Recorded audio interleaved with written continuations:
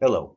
In this short video, I will talk you about things we need to know when we navigate through our data files, either our input data or the data produced by GMT.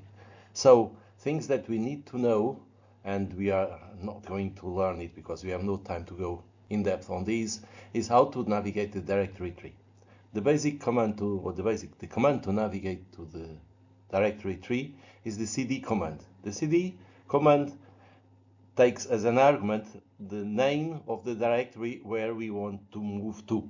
It can be a simple name or a full name full of slashes. In the examples we are seeing here, we have this GMT course, which assumes to be a subdirectory of our current directory, and if you do cd GMT course, we would move to that directory. It would have access to the data stored there. Likewise, if you want to move to the previous directory, you can do cd dot dot or other variations of this cd command.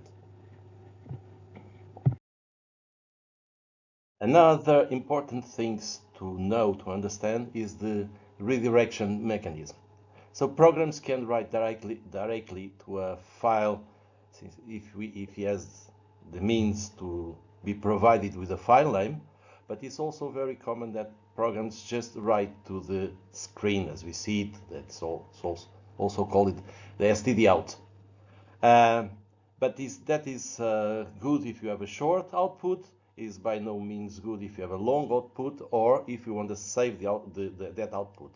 To saving the output of the programs that work like that, that means programs that work to the std out, the screen, we have the redirection mechanism, which is simple. We add a superior sign and a file name. If we do that, we redirect that output to that file name, and if that file name exists, it will be overwritten, means the previous content is deleted and replaced by the new one.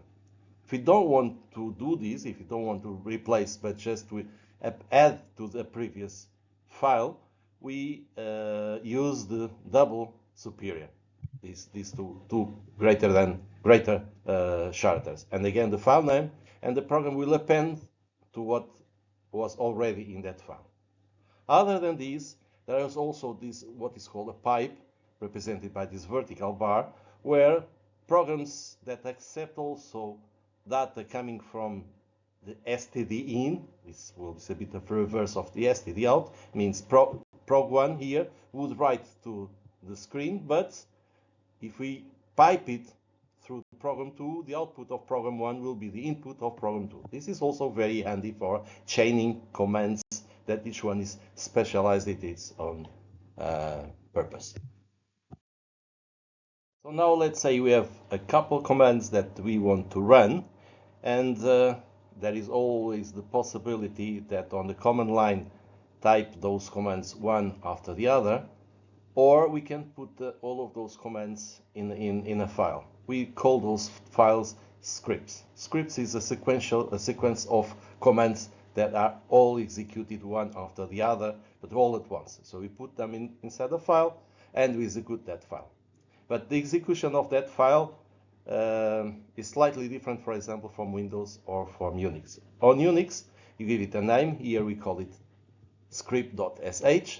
The extension here really does not have a true meaning for the machine, it's for ourselves. But to make that file to be allowed them to run, we have to change its mode. On Unix, we have to give it an executable mode. So you have to run this type of command, chmod plus x, the name of the script, and then you will get permissions to be executed. You can run it as an example shown here, either type bash and the script name, or just script.shell as long as it is executable. On Windows, normally you don't have to worry on these. There is the notion of executable script does not exist, and the scripts have normally the extension .bat, which makes them batch files that are automatically executable either by typing their name or with the file manager if we double click on their name. So the execution is slightly different if we are on Windows or if you are on Unix.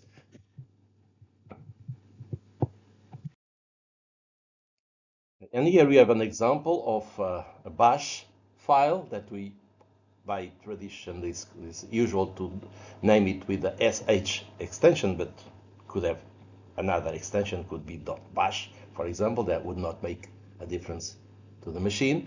It starts with the first line like this, where you tell it is to be executed by bash. Well, on Unix doesn't even need to be bash. It can be zbash, there are other shells, C shell, and even more.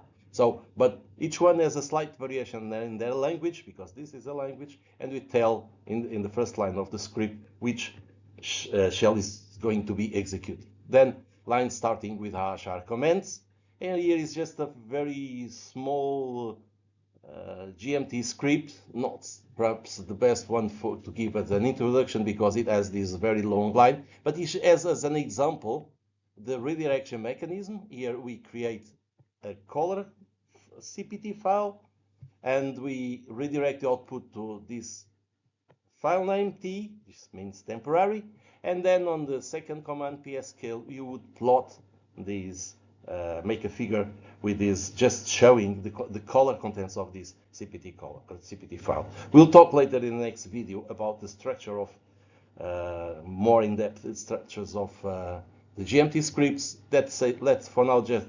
Let's just say this is the name of the file that is going created, and at the end it shows the result.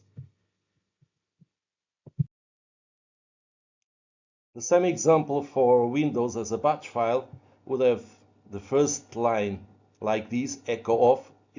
This means it will not print to the screen each one of the commands, is to kind of run silently.